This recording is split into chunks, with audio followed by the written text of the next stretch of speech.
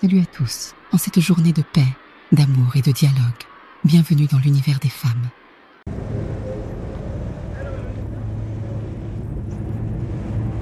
Pour moi, le 8 mars est une occasion de rappeler que l'égalité n'est pas encore acquise, même en Europe. Journée de la femme pour les 364 autres jours, nous ne sommes pas considérés.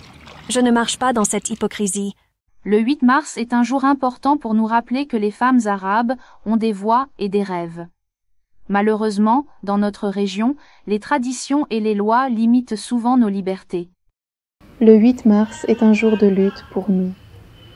En Amérique latine, les femmes sont souvent victimes de violences extrêmes, notamment de féminicides. Célébration des progrès que nous avons faits en tant que femmes, mais aussi réflexion sur les défis qui persistent. En Afrique, les femmes font face à des inégalités économiques, à l'accès limité à l'éducation et à la santé, et à des violences basées sur le genre. Femmes d'hier, d'aujourd'hui et de demain, je vous rends hommage. Continuez à lutter pour vos droits. Votre vie et votre voix comptent. S'il y a journée de la femme, il doit y avoir journée de l'homme. Pour moi, le 8 mars est un jour pour célébrer la résilience des femmes. Pour moi, le 8 mars est un moment de réflexion et de célébration.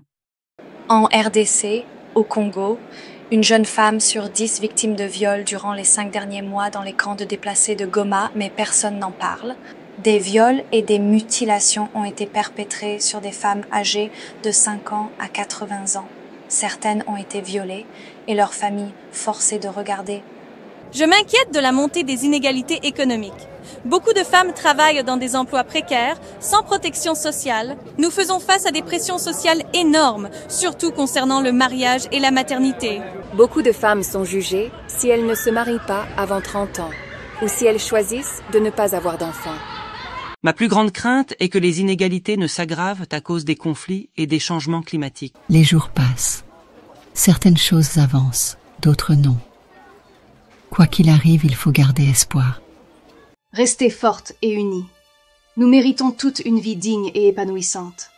Mon souhait est que toutes les femmes arabes puissent choisir leur propre chemin, que ce soit dans l'éducation, le travail ou le mariage. Mon souhait est que les femmes asiatiques puissent vivre sans ces pressions. Mon souhait est que nos vies soient valorisées et protégées. Nous avons besoin de justice et de sécurité. N'ayez pas peur de revendiquer vos droits. L'égalité est possible si nous nous battons ensemble. Je souhaite que les femmes puissent vivre sans peur du harcèlement ou des violences. L'accès à l'éducation et à l'emploi est crucial. Beaucoup de femmes sont encore dépendantes financièrement de leur famille ou de leur mari.